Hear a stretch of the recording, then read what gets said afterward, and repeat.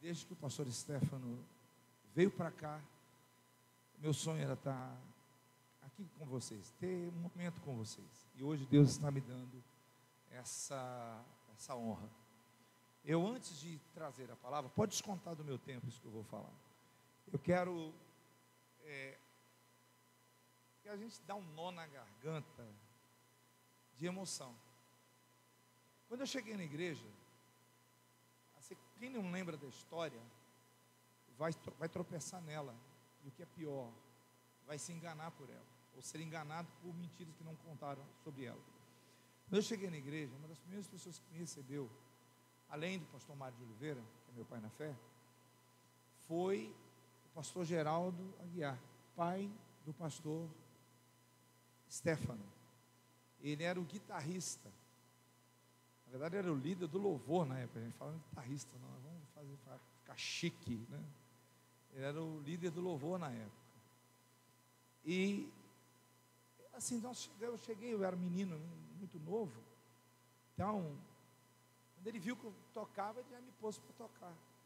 E nós tocamos durante muitos anos. Eu até falei para o pastor Stefano, para a gente tentar juntar. Eu acredito que daquela banda só tem um que já foi para a glória. O resto está aqui ainda, por enquanto. Então, vamos ver se a gente conseguiria um dia a gente poder nos ajuntar. Então, pastor, eu quero deixar aqui o meu abraço ao pastor Geraldo, a Fia, tá? Ó, que eu não estou te vendo aí, tá escuro. Um beijão, meu querido. A Fia, esposa dele, que nós aprendemos a amar, e até por causa da dona Margarida. E me lembro, o pastor Stefano ainda, no ventre da Fia, muito antes dele nascer. Então você vê que a história é antiga. E saber que tanto ele quanto os irmãos, a fé nunca desviou nem para a esquerda nem para a direita. Vocês estão de parabéns pelo pastor que vocês têm. Até porque pastor de verdade você não acha na rua, você não acha em anúncio de internet, nem celebridade de Instagram. Pastor de verdade você só encontra no coração de Deus. Deus me deu uma honra de poder celebrar o casamento dele. Eu gostaria de falar da pastora Liliane, que Deus te abençoe. É uma honra estar aqui, toda a sua família, seus filhinhos. E eu espero que essa noite possa Deus falar conosco de uma maneira muito especial. E a tudo isso nós agradecemos a Igreja do Evangelho Quadrangular e a visão de líder que Deus deu ao pastor Mário de Oliveira, que sempre olhou pela igreja. Hoje mesmo, ontem à noite, não sei, ele está chegando da Bahia. Você viu? Podia estar quieto aqui, sossegado, descansando, tirando férias. Estava lá trabalhando. E quero pedir a vocês que orem também pelo Conselho Nacional da Igreja. Ontem, pastor, eu fiquei sabendo de nós perdemos recentemente o pastor Onésimo, que foi um amigo, tanto do pastor Mário quanto do meu, durante muitos anos. E tem um outro que também não está, fiquei sabendo ontem, parece estar com suspeita de não estar tão bem. Bom, queridos, mais do que nunca, vocês são mais do que privilegiados. Não só pelo pastor que tem, não só pela igreja que frequentam, não só pela história que fez vocês chegarem aqui, mas pelo Deus que vocês servem. E nós vamos falar sobre céus abertos hoje, de uma maneira diferente. Eu quero pregar durante alguns minutos, eu não vou demorar, porque hoje é dia de Santa Ceia, é o culto mais importante da igreja. Eu aprendi, isso não é coisa de gente antiga, isso é coisa da Bíblia. E a Bíblia é o livro mais atual que você pode ter. O que você vai ler amanhã no jornal já está aqui hoje. Então, grave bem uma coisa. Aquilo que Deus colocar aqui para você, pratique. E a Santa Ceia, só para você ter noção, é o único evento em que os 4 evangelhos narram. Paulo, que não estava na Santa Ceia, vai falar 3 vezes. O texto que o pastor, eu acredito que seja esse, né, que a gente usa, 1 Coríntios, capítulo 11, Paulo vai dizer: eu recebi do Senhor. Ou seja, ele não aprendeu nem de Pedro, nem de Filipe, ele não aprendeu com Natanael, ele ouviu do próprio Jesus. Então a ceia, por isso que a ceia não é aquele culto que eu vou quando eu quero. Essa mesa é do Senhor. Eu vou falar isso de novo. Essa mesa aqui não é do pastor Stefano, não é da pastora Liliana, não é do pastor Joaquim, não é do pastor Mário. Essa mesa foi preparada por nós, mas a mesa é do Senhor. Quando você pegar o pão que sair daqui, você pegar o cálice que sair daqui, o Senhor disse: a mesa é minha. Para você ter uma ideia sobre, rapidamente, sobre o que é mesa. Primeiro, mesa é um altar, mas eu não vou entrar sobre isso. Quando você prepara uma mesa na sua casa, seja para quem for, você preparou a mesa, não é? Você vai pôr ali o que aquela pessoa vai comer. Mesmo se você estiver num restaurante, sentou numa mesa, você vai comer o que puseram, o que você pediu para ser entregue ali. Então, se a mesa é do Senhor, o que vai ser entregue aqui, para cada um de vocês, é dele. Para que cada um de vocês viva com abundância e com poder.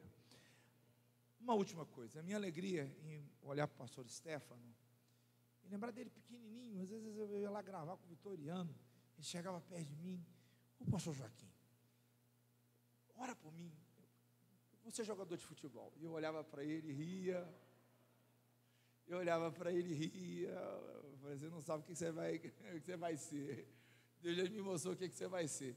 Sabe, o coração dele, isso é de quem vive, não é para enfeitar o peru, não é nada disso. Esse coração aqui é um deputado federal, uma autoridade nacional, também do Estado, nacionalmente falando, mas esse coração é 100% de Jesus. Nada mudou. Desculpa eu falar a expressão que eu vou te falar. Esse rapaz, esse menino, esse jovem, nada, nem poder, nem sobrenome, nada disso. Ele procura, ele e a esposa, viverem para Jesus. Que Deus te abençoe, que Deus te conserve dessa jeito. E eu vou dizer uma coisa para você: verdadeiros pastores, você só acha num lugar. Vou tornar a dizer: não é na internet, não é no meio social. O próprio Deus disse: eu vos darei, segundo o meu coração, pastores que vos apossentam com conhecimento e entendimento. Talvez o seu pastor não tenha 1 milhão de seguidores na internet. Eu nem sei quantos seguidores você tem. Não tem 1 milhão de seguidores na internet, ou 2 ou 3 milhões. Não importa. Ele veio do coração de Deus para pastorear vocês. É isso que faz a diferença. Ele não é uma celebridade na terra, ele é uma celebridade no céu. Isso faz a diferença para todos vocês. Vamos fechar os olhos. Querido Deus e amado Pai, no nome de Jesus eu te peço que tua palavra esteja sobre nós mais uma vez, e que os céus estejam abertos para crermos no seu sobrenatural, que os cegos ainda enxergam, que os paralíticos ainda andam, que os mudos ainda falam, que o teu poder sobrenatural não parou, não cessou com o último apóstolo, mas continua conosco através de cada um dos que estão aqui e através do ministério do pastor Stefano Aguiar, da pastora Liliane. Que cada um aqui, Senhor, possa crer como os teus discípulos creram, a ponto de dar a vida para o Senhor. E que a tua palavra traga vida, unção, graça e poder sobre nós, no nome que está acima de todos os nomes. E todo o povo de Deus diz. Nós vamos ler alguns versículos. O primeiro versículo que eu quero ler, por favor, eu vou ler, são 3 versículos, mas vocês vão entender o porquê. Não são 3 referências, são 3 versículos. Vamos lá. Primeiramente nós vamos ler no Evangelho de João, e aqui você vai entender, no final você vai entender porquê. Evangelho de João. João, quando começou a seguir Jesus, era um menino, devia 16 anos no máximo, e ele vai escrever no capítulo 5, é o primeiro texto que eu vou ler. Ele vai escrever o seguinte, a partir do versículo 1. Eu me perdi aqui, desculpe-me, está aqui, pronto. Vamos lá. Versículo 1 diz assim, tá beleza, já achei aqui. Passadas estas coisas, havia uma festa dos judeus e Jesus subiu para Jerusalém. Eu quero explicar a você uma coisa. Quando nós falamos todas as vezes que você falar, você vai ver isso na Bíblia. Nada do que eu estou falando aqui está fora da Bíblia. Nada, nada. Tanto é que nós vamos ler. Mas essa expressão, subir a Jerusalém, porque Jerusalém é uma cidade alta. Eu não estou dando informação histórica ou teológica. Vocês vão entender, está tudo dentro da mensagem. Tá? Jerusalém está numa cidade alta. É uma cidade entre sete montanhas. Então é uma cidade alta. Então se fala subir. Mas mesmo até hoje, quando você vai lá, você pode ver que tem lugares até mais altos. Mas ninguém fala descer a Jerusalém. Todo mundo fala subir a Jerusalém. Então vai dizer aqui, e Jesus não morava em Jerusalém. Para muita gente que acha que ele morava lá. Ele não morava lá. Então, está dizendo o seguinte. Vamos achar o versículo de novo aqui. Vamos lá. Ora, existe ali junto à porta das ovelhas um tanque chamado em hebraico de Betesda, que tem 5 pavilhões. Esse tanque hoje praticamente está em ruínas, não existe, só dá para você ir lá e ver, só que só tem ruínas. E vai dizer o seguinte: o qual tem 5 pavilhões. Neste jazia uma multidão de enfermos, cegos, coxos e paralíticos, esperando que se movesse a água, porquanto um anjo descia certo tempo, e agitando-a, o primeiro que entrasse no tanque, uma vez a água agitada, sarava de qualquer doença que tivesse. Estava ali um homem enfermo há 38 anos, e Jesus, vendo-o deitado e sabendo que estava assim há muito tempo, perguntou-lhe: que queres que eu te faça? Ou queres ser curado? Respondeu-lhe o enfermo. Preste atenção na resposta dele: Senhor, eu não tenho ninguém, ou homem nenhum, que me ponha no tanque quando a água é agitada, porque quando eu vou, desce outro antes de mim. E disse Jesus: levanta, toma o teu leito e anda. E imediatamente o homem se viu curado, e tomando o leito, se pôs a andar. Agora nós vamos, vocês que estão assistindo pela internet também, nós vamos usar o mesmo Evangelho de João, capítulo 9. João, capítulo 9. É porque eu estou estranhando, porque normalmente a minha Bíblia, ela não tem comentário nenhum, só tem a Bíblia. Vamos lá. João, capítulo 9, vai dizer o seguinte, a partir do versículo 1 também.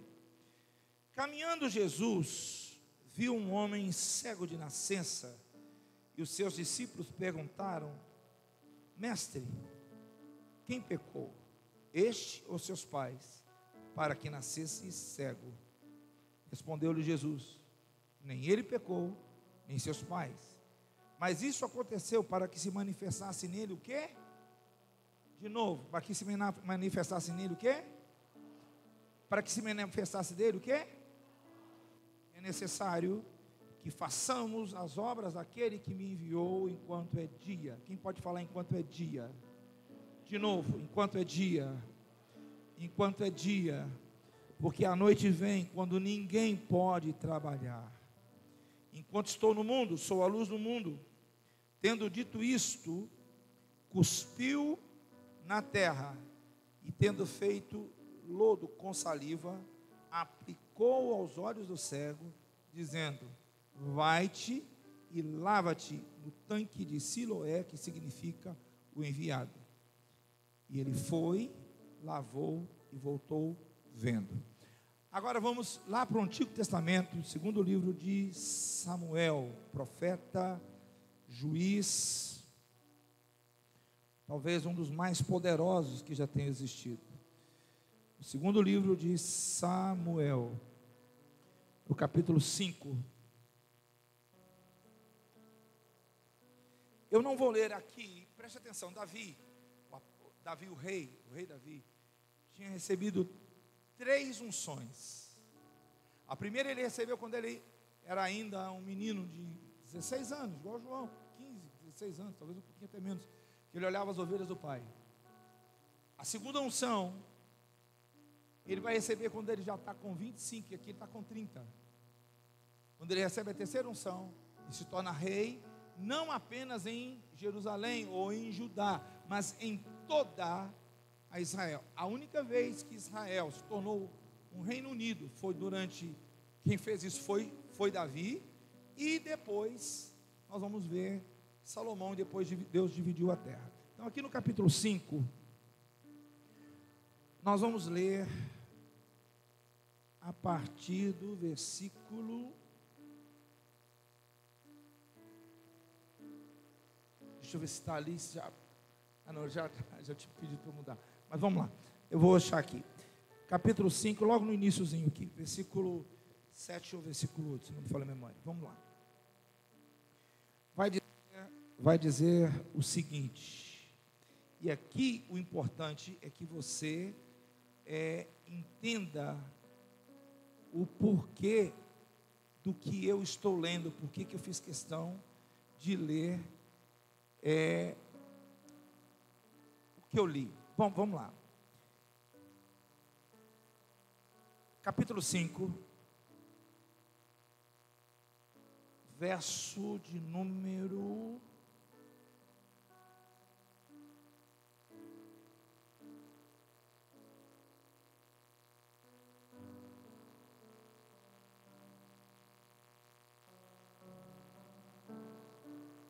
Eu vou achar aqui, pode ficar tranquilo, que eu já estou achando aqui, porque tem vários comentários, obrigado.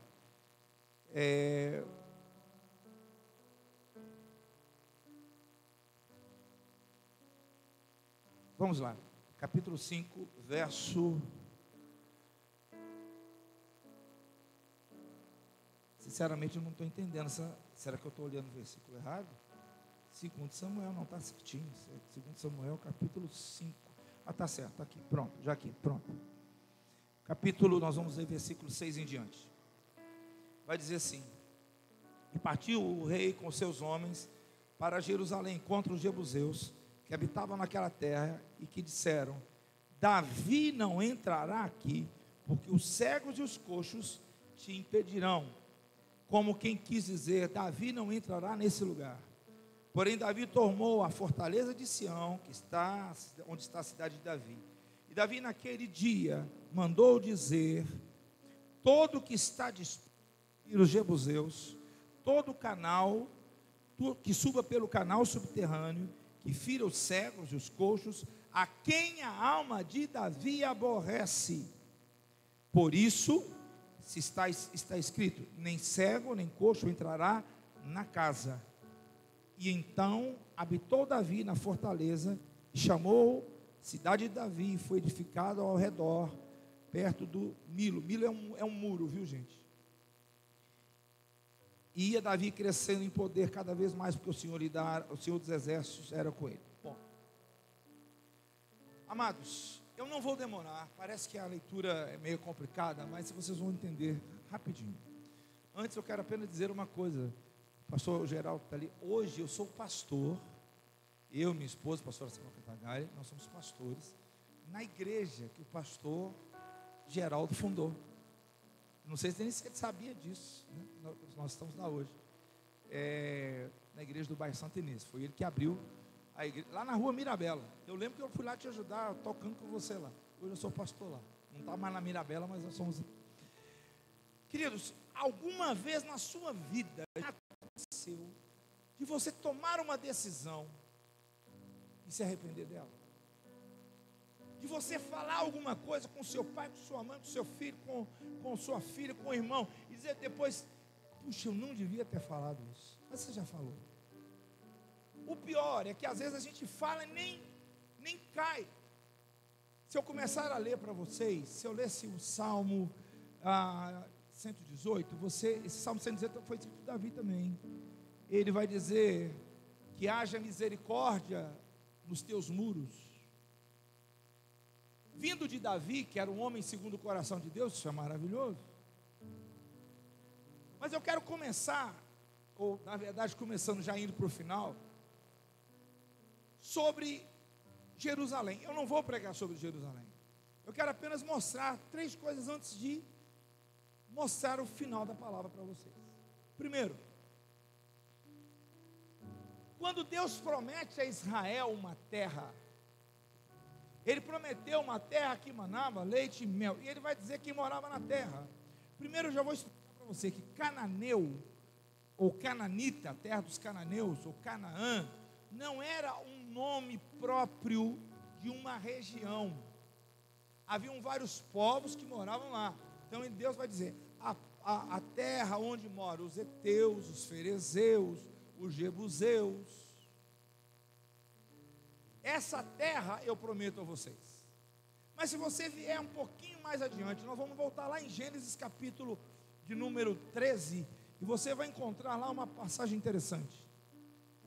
Quando um homem chamado Abraão, ele já era mais velho, ele vai buscar o sobrinho dele, que tinha sido levado, foi a única guerra que ele tinha entrado, e é bom dizer que ele entrou com mais de 70 anos nessa guerra. Nunca diga é tarde demais para eu realizar meu sonho, nunca diga é tarde demais para eu não conseguir aquilo que eu quero para fazer, porque o seu Deus não é velho o suficiente para realizar isso na sua vida, Ele é poderoso para realizar na sua vida. Então não olhe para a sua limitação, porque o seu Deus não é limitado àquilo que você é, foi Ele que criou você, e Ele sabe do poder que Ele pode dar em você.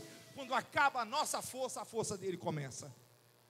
E às vezes alguém diz assim, mas eu já estou com 80 anos, com 90 anos, eu estou mais preocupado com a Covid do que com Deus. Deixa eu me dizer uma coisa, volte a sonhar. Não é um bichinho desse tamanho que vai matar o seu sonho. Pelo contrário, as promessas de Deus não mudou. Deus não levantou nenhum profeta nessa geração, e se levantar é falso profeta, para dizer, eu vou mudar todas as minhas promessas por causa do Covid. Não vai mudar.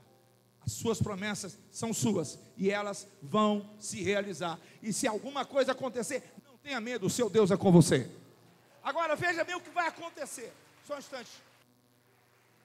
Quando esse homem com mais de 80 anos, ele vai atrás do sobrinho dele, ele não precisava ter feito isso, ele vai vencer 5 reis com 300 homens. Imagina se juntar o exército da Argentina, eu vou falar aqui, como se fosse a guerra do Paraguai, mas nem é a guerra do Paraguai. Argentina, Uruguai, Paraguai, Chile, Bolívia, e vierem contra a sua família. Eu não disse contra o Brasil, eu disse contra a sua família.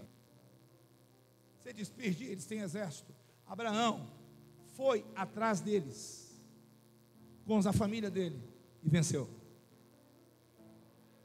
Abraão disse, eu não tenho força mais para lutar. Eu vou falar isso de novo. Ele disse, eu não tenho mais força para lutar, eu vou mandar alguém no meu lugar. Ele foi e lutou. Esse é o seu Deus, é Ele que te dá força, a sua fortaleza. Por isso o céu está aberto. Segunda coisa, quando ele está voltando, aparece uma figura enigmática. Ele vai aparecer o nome dele 3 vezes na Bíblia, 2 vezes no Antigo Testamento, aqui em Gênesis, depois em Números, e depois em Hebreus, no livro de Hebreus, chamada Melquisedeque. Melquisedeque significa rei da justiça, e ele vem de uma cidade chamada Salém, ou Shalom, significa, futuramente, né, significava paz, e ele vem com pão e vinho para entregar a Abraão. E às vezes a gente pensa que ele entregou, e não, a Bíblia, quando a Bíblia fala que ele recebeu a bênção de Abraão, que Abraão recebeu a bênção de Melquisedeque, que é uma figura de Jesus, porque não se sabe de onde ele vem, mas não sabe como, ele não tem nem início nem fim. Eu sou o Alfa e o Ômega, o princípio e o fim. Se sabia aonde ele morava, mas de onde ele tinha saído. A Bíblia diz que quando ele vai abençoar, quando Melquisedeque, o rei da justiça, vai abençoar a Abraão, Abraão com mais de 80 anos se ajoelha para receber a bênção. Tem gente que não ajoelha hoje na igreja nem para falar aleluia, parece que está acima de Deus. Bom, a Bíblia fala que ele era sacerdote do Deus vivo, e ele vem de Salém. Salém é a antiga Jerusalém, ou seria a futura Jerusalém. Agora, quando Deus dá a Moisés e aos filhos de Israel a cidade, a região de Jerusalém, quem morava lá era um povo chamado Jebuseu. E eles eram um povo arrogante, sabe por quê? O que eu disse no início aqui? Que Jerusalém estava onde? No alto da montanha. Quando você, não sei se tem algum policial aqui, alguém que é do exército, vai saber, quando você luta, apesar de que hoje nós temos drones, nós temos muitas coisas, mas quando você luta, baseado, quando a luta de campo, de baixo para cima é muito mais difícil do que de cima para baixo. Quem está em cima sempre vai ter vantagem sobre quem está embaixo. E naquela época, para você ter uma ideia, eu poderia até ter mandado a foto para vocês colocarem aqui. A cidade era um barranco, não tinha jeito de subir. E agora eu quero dizer uma coisa, foi uma das poucas cidades. Quando Josué entrou na terra para tomar conta da terra, ele levou 7 anos para tomar conta da terra que hoje de Israel. Uma das poucas cidades que não foi tomada foi a dos jebuseus, foi Jerusalém. Por quê? Ela era muito protegida. Protegida por quê? Por causa das montanhas que as protegiam. Lembra do Salmo? Aqueles que confiam no Senhor são como os de Sião. Sião é Jerusalém, que não se abalam.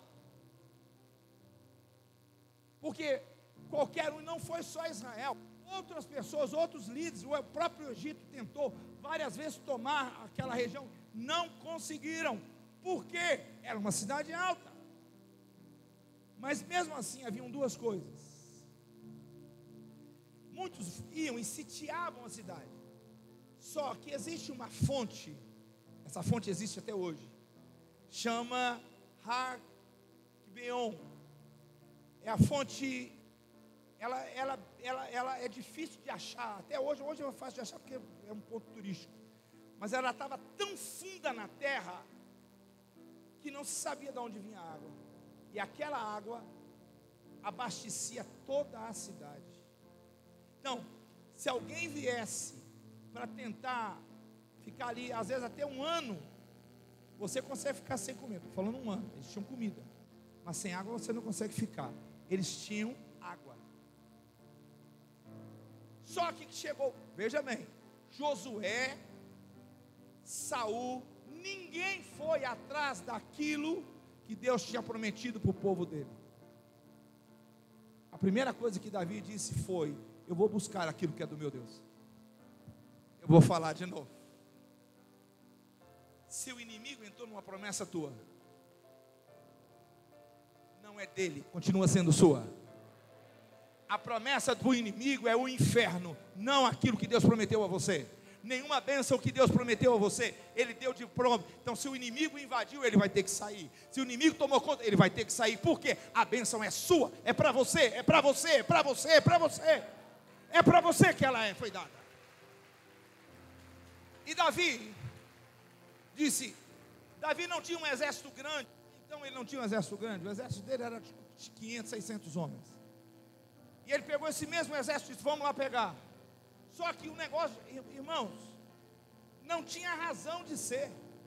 Tamanho, até hoje, era uma cidade estratégica. A questão, quando você ler no livro de Isaías, você vai ver Deus dizendo: eu escolhi Jerusalém para habitar o meu nome.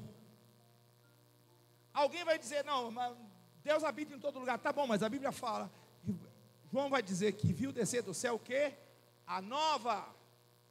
Ele não fala a nova Belo Horizonte, a nova Contagem, a nova Nova York. Ele vai dizer a nova Jerusalém. Porque esse nome tem um poder sobrenatural, que eu não vou falar sobre isso hoje. Mas Deus disse: ali eu farei habitar o meu nome. Quem estava morando lá? O povo de Deus ou o povo inimigo? O povo inimigo. Deus sempre vai precisar de um Davi. E eu estou olhando para muitos aqui agora. Sabe por quê? A bênção do céu aberto veio sobre a sua vida para você conquistar. Ah, pastor, mas esse ano já começou. Amanhã fecha tudo em Belo Horizonte, já fechou em São Paulo. Querido, o céu nunca ficou fechado. O céu nunca ficou fechado. O céu nunca ficou fechado. Deus sempre responde orações. Vocês já vão ver isso. E quando Davi chega a um lugar, ele recebe os jebuseus. Eu não sei se vocês estão entendendo. Os jebuseus eram os que moravam aonde? Em Jerusalém. O que mantinham eles? A água da fonte de Gibeon.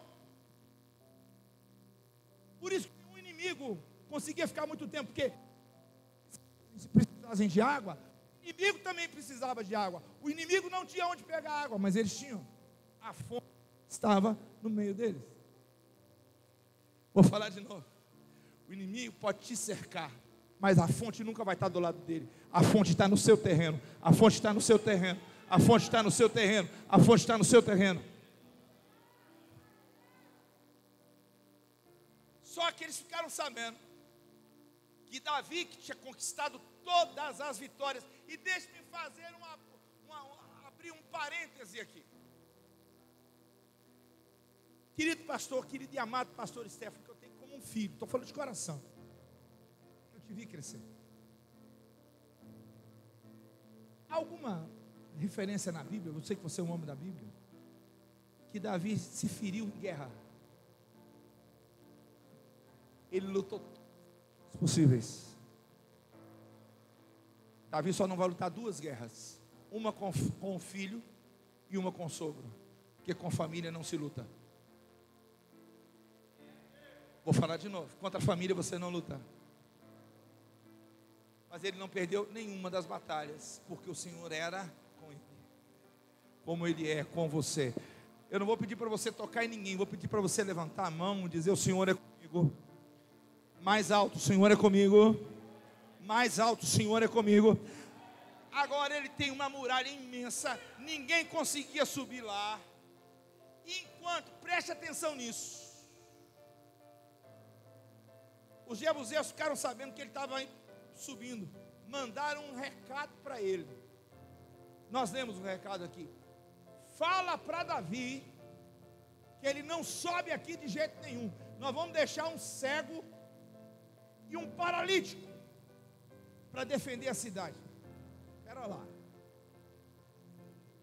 Você é lutador de taekwondo, taekwondo, tô com tudo doido, você luta. Você sabe que um cego e um paralítico não conseguem lutar. O cego porque não vê, o paralítico porque não tem força na perna. Imagina uma guerra. Você imagina o paralítico tentando lutar numa guerra? Ele pega a espada, vem. Enquanto o outro vai correndo, a pessoa vai. E o cego, cadê você? Para onde que eu vou lutar? Um não tem força para e o outro não tem senso de direção. É a única vez, eu não vou entrar em detalhes, queridos, porque tem coisas mais importantes, coisas que fazem parte da mensagem, que Davi ficou com tanta raiva que o mesmo Davi que vai falar que a misericórdia tem que sempre acompanhar aqueles que servem a Deus, vai dizer o seguinte: vai olhar para os homens dele e vai dizer: eu vou mostrar para vocês o caminho de conseguir a vitória, mas quando vocês chegarem lá, os primeiros que vocês vão matar, cego e paralítico.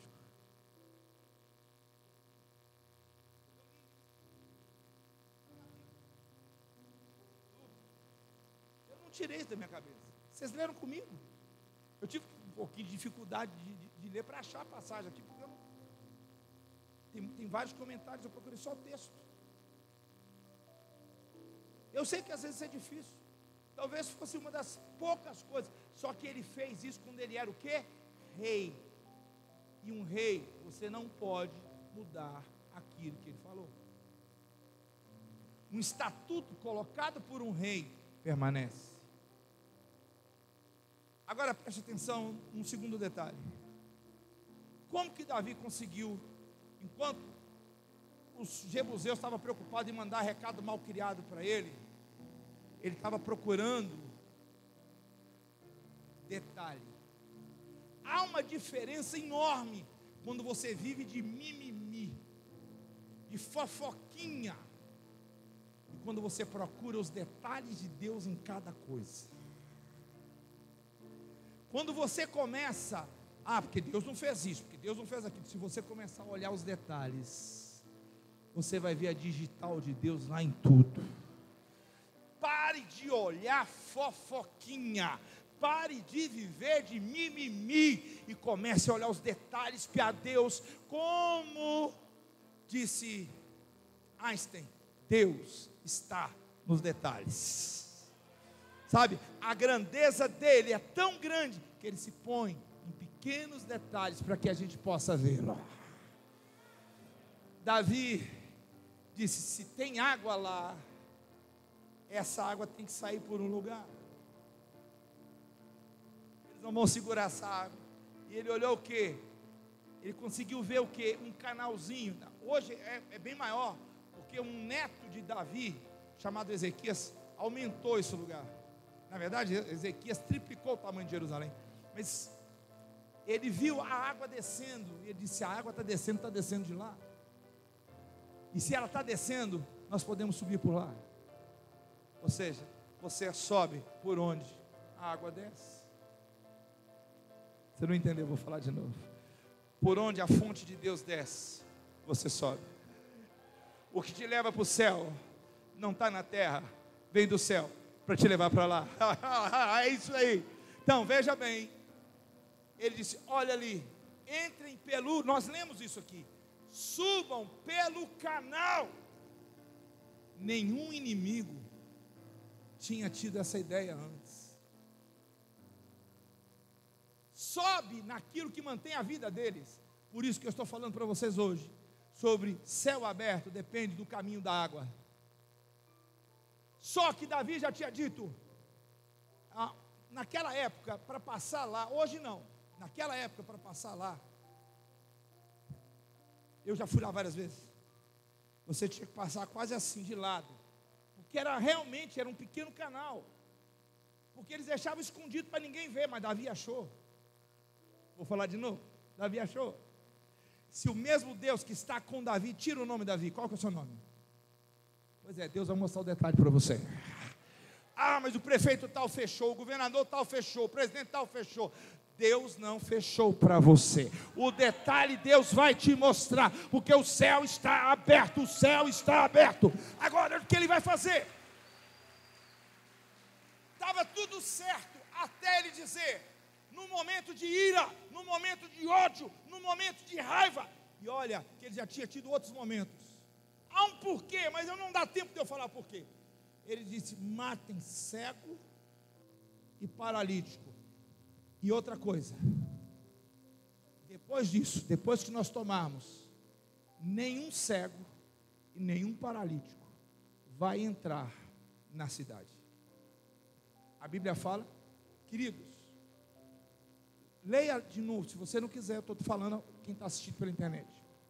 Segundo livro Samuel, capítulo 5, 6 em diante, do 6 até o 8. Os homens de Davi tomaram a cidade. Teve um lugar que Davi não tomou, que foi a eira de Araúna. Eira é um lugar onde se malha trigo. Ele comprou para fazer onde seria hoje o templo que o filho dele construiu, o templo ao Senhor. Lá ele não teve derramamento de sangue. Por isso que ele disse: eu vou comprar. Araúna quis dar para ele, disse: não, eu não vou dar nada para o meu Deus que não tenha me custado nada. Então não tem nem sangue, mas tem oferta. Agora preste atenção nisso. Desde então, e agora eu quero vir para Jesus. Jesus morava na Galileia, ao norte. Agora João está dizendo, João era o discípulo mais novo, ele já morreu com quase 100 anos praticamente. Jesus falou que isso ia acontecer. Todos morreram de morte, foram assassinados. O único que morreu de morte natural, mesmo sendo colocado na ilha de Pátmos, cheio de cobra, ele viveu. Quando Deus disse: você vai viver, você vai viver. Não adianta que Nero, que Domiciano, o imperador que seja, venha te colocar no pior lugar do mundo. Você vai viver, porque aquele que te mantém vivo. Aquele que cuida de você não tosquenejará, não vai cochilar. Ponto. Agora veja bem, João vai chamar a atenção de João. Então ele fala que Jesus chega, estava tendo uma festa em Jerusalém, e que Jesus entra pela porta das ovelhas, que era o tanque de Betesda. Deixa-me te falar, Betesda significa casa da ovelha. Por quê?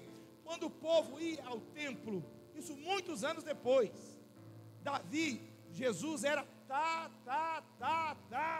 tataraneto de Davi. Muito tempo tinha passado. E Jesus vai a Jerusalém. Lembre-se, a cidade do grande rei, e todo mundo acha que é de Davi, vocês vão entender agora. Jesus chega, e ele vai para o primeiro lugar que ele vai, tanque de Betesda.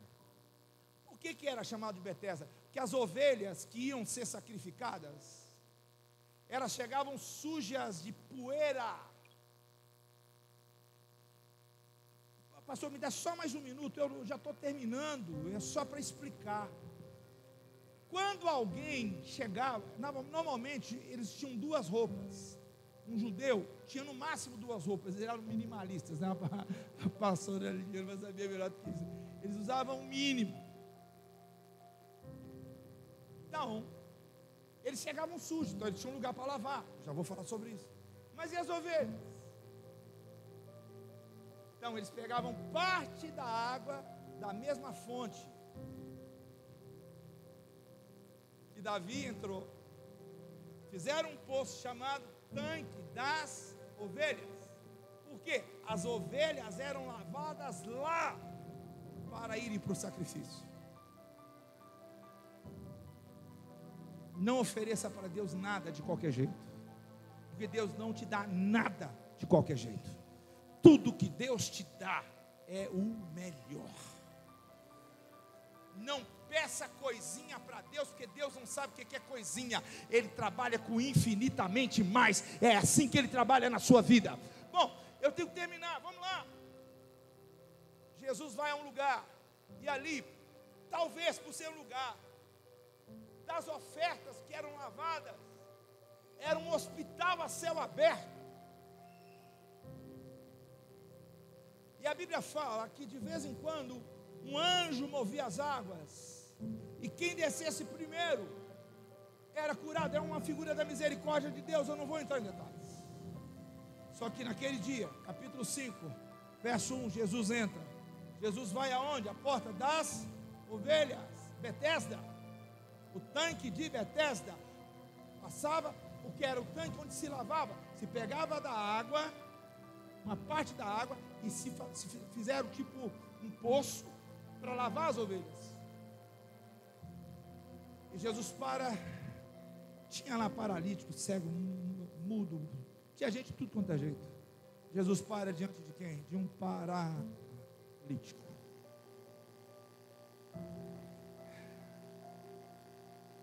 Lembrem-se, Jesus era da linhagem de Davi.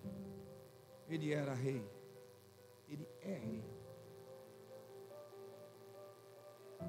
Só um rei pode mudar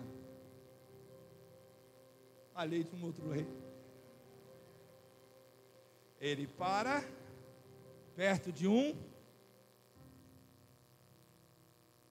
Ele podia ter parado perto de todo mundo. Ele podia ter chegado lá. O que vocês querem que eu faça para vocês? Ele parou perto de um paralítico e disse: que queres que eu te faça?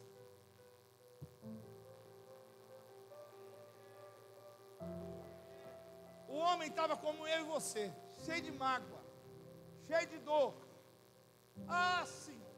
Ele não sabia quem era Jesus. Eu não tenho ninguém. Depois que você tomar a ceia, você vai lembrar que você nunca mais vai usar essa expressão: eu não tenho ninguém. Meu filho mais velho, Felipe, ele era pequenininho, não sei onde estávamos. Alguém perguntou para ele, alguém falou: eu não tenho ninguém. Ele falou assim: não, você não tem ninguém, Jesus está com você. E às vezes a gente se esquece disso, que Jesus disse: eu estarei convosco todos os dias da vossa vida. Não importa que seu pai e sua mãe te abandone, eu não vou te abandonar. Não importa que seu irmão te abandone, eu não vou te abandonar. Não importa que seu pastor te abandone, eu não vou te abandonar. homem começou a chorar as pitangas. Eu não tenho ninguém, que eu não posso andar. Aí quando o anjo mexe, quando eu chego lá, já chegou outro na minha frente. Jesus não perguntou, me conta a sua história. Jesus perguntou, o que quer que você quer que eu te faça? Às vezes a gente canta tanta... Desculpa o que eu vou falar aqui, pastor. Me perdoem, pastores. Às vezes, me perdoem vocês. Me perdoem vocês que estão assistindo pela internet. Às vezes a pessoa procura o pastor todo domingo, toda quarta, para contar o mesmo problema. E ele sabe qual é a resposta, mas ele quer lembrar da dor dele. Jesus não entrou naquela... lembra do detalhe? Da fofoquinha no detalhe? Jesus não entrou no mimimi dele, não. Jesus disse para ele, levanta. Quando disse ele não tem ninguém, Jesus disse para ele, levanta, pega a tua cama e anda. E a Bíblia fala que imediatamente o homem o quê? Se levantou, pegou a cama e foi embora. Aquilo que carregava ele, agora ele carrega ele. Ponto. É isso que vai acontecer na sua vida. Aquilo que você usava como muleta, Deus vai te dar como escora, na verdade, como força para você crescer, porque o céu está aberto sobre a sua vida. Tá bom? E o que tem a ver com João 9? Eles ainda estão em Jerusalém. E agora é Jesus que para diante do céu. Há 3 palavras na Bíblia, aqui literalmente foi escrito em grego, mas não, Jesus não falava grego, Jesus falava aramaico, nem hebraico. Muita gente acha que ele falava hebraico, ele falava aramaico. Ele sabia falar hebraico, mas ele falava, normalmente na época dele, quase todo mundo falava aramaico antigo. Ele para diante de um cego. Interessante que esse capítulo, João, capítulo 9, é o único capítulo no Novo Testamento inteiro, para não falar o Novo Testamento, para falar apenas nos Evangelhos, que conta um milagre só o milagre desse homem. É um capítulo enorme. Se Deus quiser, um dia eu dou a volta aqui só para falar só sobre isso, mas fica para outra vez. Ele parou diante de um. Primeiro ele parou diante de um. Agora ele para de um. Só que agora os discípulos fazem a pergunta para ele. Não é porque é discípulo de Jesus que sabe tudo. Não é porque você ora, porque você lê a Bíblia, você sabe tudo. Se você não for renovado todo dia, a unção de ontem não serve mais para hoje. Unção tem prazo de validade. Unção é a mesma coisa de óleo. Só para você ter uma ideia, quando você fica usando o mesmo óleo a mesma vez, o que é que fica? Fica aquela coisa. Você já... As melhores pastelarias, gostosa com óleo antigo, mas as melhores pastelarias, elas renovam o óleo. Por quê? Porque você vai mexendo no óleo, o óleo vai ficando sem o poder dele, só fica gordura. É isso aí, obrigado. Agora veja bem, Jesus para, e os discípulos olham e perguntam para ele, olha que pergunta maravilhosa: mestre, quem pecou? Ele, o pai, a mãe? Por que a gente sempre procura desculpa para alguma coisa? Agora havia um porquê. Por que eles não perguntaram isso para Bartimeu? Por que eles não perguntaram isso para os outros cegos? Que lá em Lucas capítulo 9 também fala de 2 cegos. Só perguntaram para aquele homem. Há 3 palavras para cegueira na Bíblia.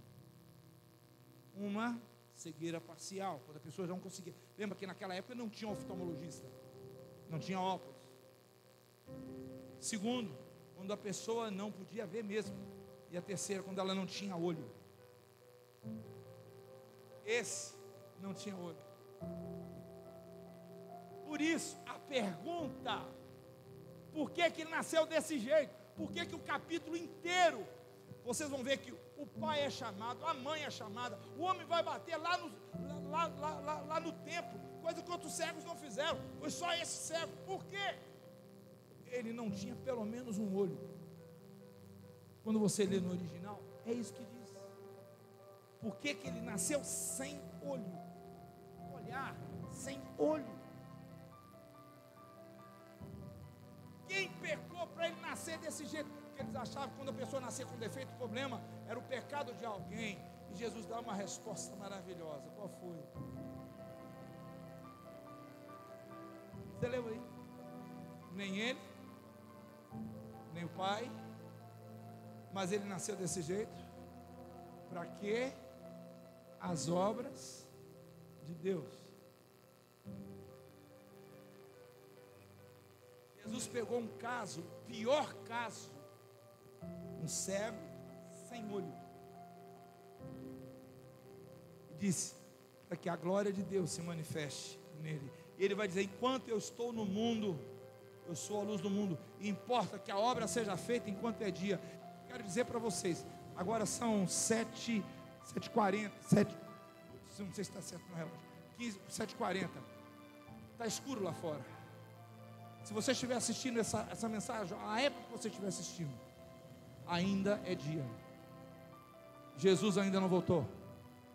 Não é obrigação apenas do pastor, o pastor Stefano, o pastor Eliane e os demais pastores dessa igreja fazerem. A obra de Deus é para cada um de nós.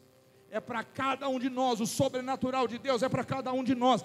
Deus tem poder para fazer coisas maiores do que nós vemos. A gente hoje só vê as mesmas coisas, porque a gente só crê nas mesmas coisas, mas Ele é infinitamente poderoso para fazer infinitamente mais do que aquilo que nós pedimos ou pensamos. Ele disse, olha, Ele não está nisso, Ele não está desse jeito, por culpa de ninguém. Mas Deus vai mostrar a glória nele. Quando você passa na rua e vê um bêbado, você fala, onde está a glória de Deus? Quando você vê alguém que está morrendo de câncer num hospital, você fala, onde está a glória de Deus? A glória de Deus está em você para mudar aquela realidade. E dizendo isso, o que ele fez? Não existe doutrina do Santo Cuspe. Mas a Bíblia fala em Gênesis capítulo 2, quando Deus, Gênesis 1, depois Gênesis 2, que Deus criou o homem do barro. O homem volta para o pó, mas ele foi criado do barro. Alguém conhece barro sem água? Só que a Bíblia fala que não tinha chovido ainda. Mas a Bíblia fala que saía um vapor, leia lá Gênesis 2, saía um vapor por baixo da terra. É uma figura do Espírito Santo. Então a terra, ela ficava sempre o quê? Úmida. Mas depois que o primeiro homem é criado, Deus forma o homem, pode ir na sua Bíblia, porque pó não fica em pé, barro sim.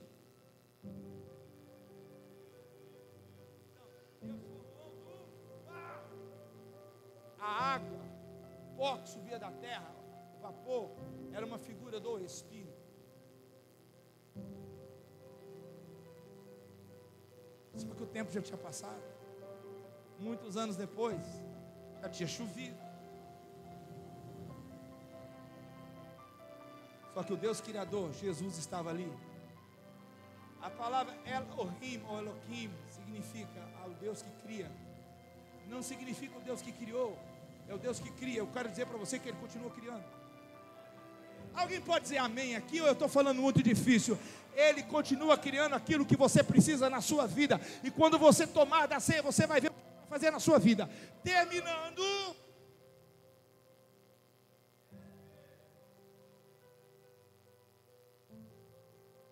Não estava chovendo. Ele não vai até a fonte.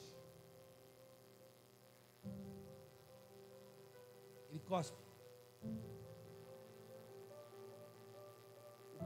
Até o cuspe de Jesus era diferente. Faz lodo, barro, e passa onde? onde não havia. O homem foi criado com lodo. Depois Deus soprou, ele se tornou vida. Agora Deus encontra um homem, Jesus encontra um homem, tem olho. Estão pondo a culpa no pai, na mãe, no filho, até em Deus estão pondo a culpa. Ele disse: não, a glória de Deus ainda está presente. Ele faz lodo, material original.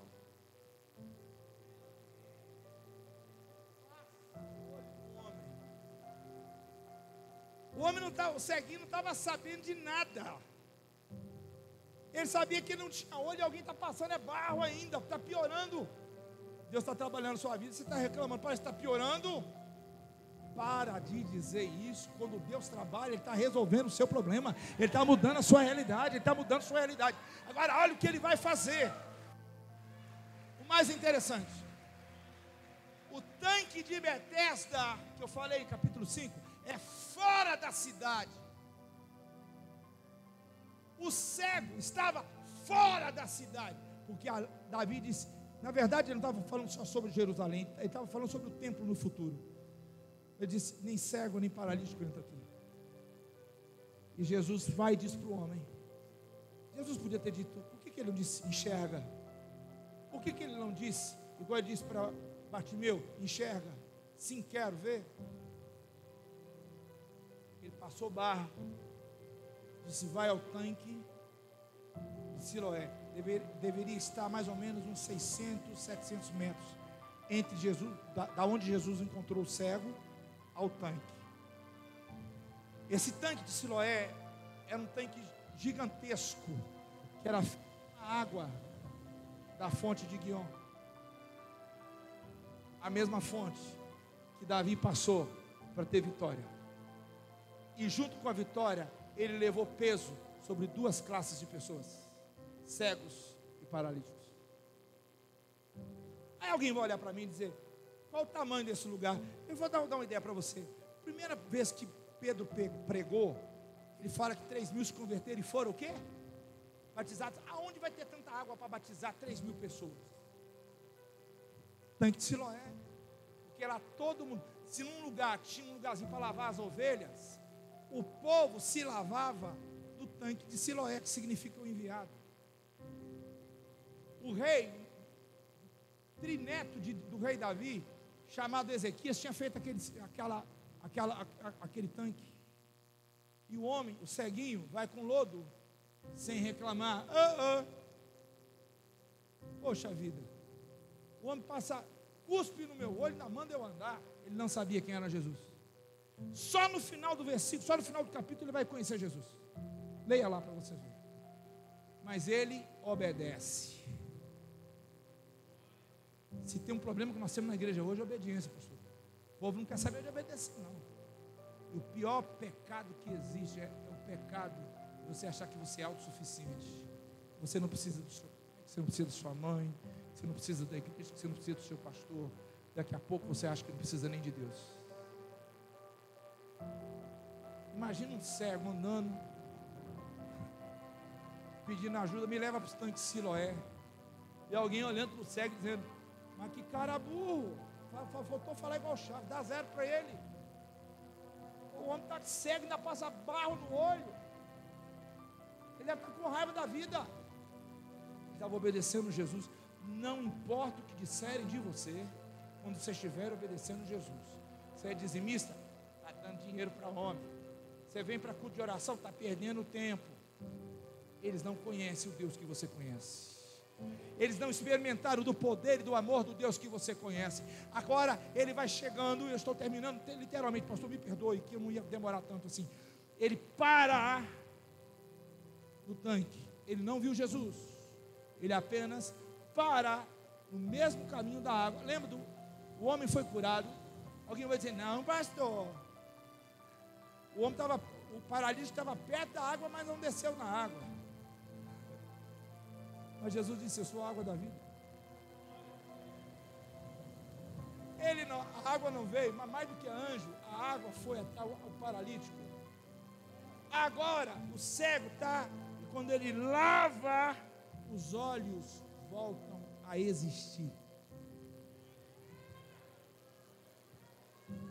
Deus continua fazendo milagres criativos. Eu sei que você gosta muito disso, meu querido. Tem um vídeo na internet, depois eu vou te mandar, de um pastor, ele já está com o Senhor. Ele foi fundador, missionário, muito conhecido nos Estados Unidos. Ele está orando por uma criança que não tem pernas. É um vídeo em preto e branco, não é manipulado. Porque isso foi na década de 50. Ele coloca a pessoa sentada no colo, o menino sentado, a mãe pega o menino e põe sentado no colo dele, porque o menino não conseguia ficar de pé. E ele só estende a mão. E a perna do menino cresce. Você acha que Deus mudou? De glória em glória, de fé em fé, Deus vai crescendo na sua vida. Não para no seu último milagre, que o próximo vai ser maior ainda. O céu está aberto. Aí, ele volta vendo, mas não sabia explicar o quê. Ele não tinha olho. Eu conheço um caso desse. Pastor, amigo meu, de Gana. Pastor, você sabe quem é? Ele usava um fundo, um óleo, ele ainda usa, um óculos enorme. Ele é líder de um dos líderes aqui no Brasil, de um movimento grande do Brasil. Kingsley Fletcher. Uma vez ele me mostrou, eu estava no hotel com ele me chamou e disse: Joaquim, eu sei que alguns de vocês vão duvidar, porque se você quiser, crer, acredite, se você não quiser, eu vi. Não tem necessidade nenhuma de mentir para você. Ele disse: eu não faço isso porque as pessoas não se assustem. Ele tirou o óculos. Ele é um homem muito rico. Ele disse: me dá naquela época tinha aquelas bíblias de Gideão que ficavam no quarto. Ele falou: me dá uma bíblia em português. Eu não sabia ler nada em português, é americano. Na verdade ele é ganês, de Gana. Só que até hoje ele mora na Carolina do Sul, Estados Unidos. Ele tirou o óculos e falou assim: isso é o que o meu Deus faz. Ele meteu o dedo no olho e fez tof. O olho caiu, era olho de vidro. Era prótese. Ele tampou o olho bom, o olho que ele enxergava. Pegou a Bíblia e leu sem o olho na minha frente. Você ainda continua achando que Deus só faz coisinha? É importante que a obra de Deus seja feita enquanto é dia. Seu Deus é muito maior do que você pensa, muito além do que você pensa. E eu vou encerrar agora. Os 35 milagres, 35, 37 milagres que Jesus fez. Você já parou para contar? Os 35, 36, de 35 a 38 milagres. Eu sei que ele fez outros. O próprio João vai dizer no evangelho dele: se eu fosse contar tudo o que ele fez, não haveriam livros no mundo que caberiam tudo o que ele fez. Depois que ele morreu em Jerusalém. Você vai ver morto ressuscitando. Mas antes dele morrer, dos 35 a 38 milagres que ele fez, só 2 ele faz em Jerusalém. Vou falar de novo. Eu creio que ele fez muito mais do que isso, porque ele tinha discípulos em Jerusalém. Mas a Bíblia foi cuidadosa. O Espírito Santo foi tão cuidadoso em deixar só 2, os que eram proibidos de entrar na cidade: o cego e o paralítico. Ele disse: o meu avô ficou com raiva, o céu está aberto sobre essa geração agora. O cego, o que ele disse para o paralítico? Levanta, pega a tua cama e entra. Agora ninguém mais pode te impedir, nem de entrar na cidade, nem de entrar na sua casa, nem de entrar na casa de Deus. O cego que ficava do lado de fora, ele poderia até ir dormir na casa do pai, mas era escondido. Agora o que acontece? O cego está livre. E eu vim dizer para você isso, meu querido, porque o céu está aberto. Você não vai ficar mais do lado de fora, Deus está entrando do lado de dentro. Aquilo que Deus preparou para você é grande, é muito grande, é maior do que você está pensando. E agora, se Melquisedeque é considerado rei da justiça, nós encontramos aquele que é a própria justiça de Deus, Jesus. E ele diz para você: entre. Nada mais. A água que foi o caminho da vitória, agora é essa mesma água, porque dentro de você, eu vou falar de novo, porque dentro de você fluirão rios, rios, rios de água viva. Fique em pé no seu lugar. Que essa noite seja marcada por algo muito especial na tua vida. Você não está mais do lado de fora. Quantos creem nisso? Se alguém, não importa quem, não importa quando, te proibiu, o rei dos reis diz todo o decreto que era para você, contra a sua família, contra o seu casamento, contra o seu trabalho, contra a sua fé, contra o seu ministério, cai por terra. Você está livre para voltar. Você está livre para voltar. E ninguém vai poder te dizer: Davi disse que não entra. Davi disse, mas eu disse, pode entrar. Eis, e eu vou usar uma expressão dele. Ele falou de Moisés isso uma vez, e falou isso de Davi uma vez. Eis que aqui está, Jesus dizendo, quem é maior do que Moisés e maior do que Davi. Sobre qual peso você quer ficar? O peso do homem que diz que você não vai conseguir, ou a liberdade de Deus, do céu aberto, que diz: entra. Entra pelo caminho da água. E aqui água, literalmente, eu estou colocando o Espírito Santo de Deus. Não há como você se relacionar com Deus sem ser por Jesus. Não há como você conhecer Jesus sem ser pelo Espírito Santo. E Jesus vai dizer, quando ele vier, e ele já veio. Aí o pastor, nós viajamos para o Brasil todo, você já ouviu falando nisso, né? O tempo todo,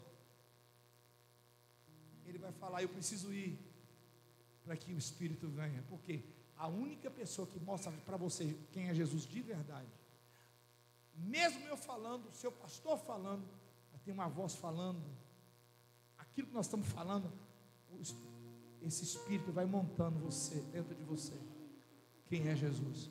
Porque ele não falará, o que Jesus disse? Ele não falará de si mesmo, mas ele me glorificará, porque ele recebeu daquilo que eu fiz na cruz, e é o que vocês vão tomar a Santa Ceia aqui agora. Quantos precisam voltar? Quantos precisam entrar, voltar a viver? Eu vou usar de uma maneira figurativa. Quantos estão cegos e paralíticos? Vocês não conseguem ver mais Deus agir e não conseguem andar mais, estão manquejando na presença de Deus. Quando a Bíblia diz que na presença dele eu salto, quando a Bíblia diz que na presença dele eu corro, alguns estão. Aquele que diz para o cego: entra, e diz para o paralítico: pega a tua cama, levanta, você pode voltar a andar, você pode voltar a correr, está aqui hoje, abrindo os seus olhos, te dando força para você continuar. Levante as mãos para rapidamente, bem alto, levante sua mão. Por um minuto eu quero orar, já estou devolvendo a palavra. Desculpe o horário. É que quando eu falo de Jesus eu fico maravilhado.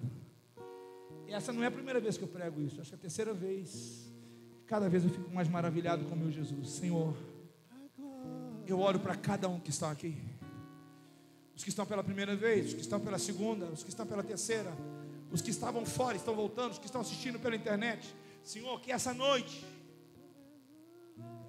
seja a noite que toda palavra que foi colocada no momento de raiva, no momento de ira, no momento de impensado, e que limitou essa pessoa a viver, seja no casamento, seja no trabalho, seja na fé, por terra agora, mas que também o teu Espírito opere coisas sobrenaturais, porque o céu está aberto.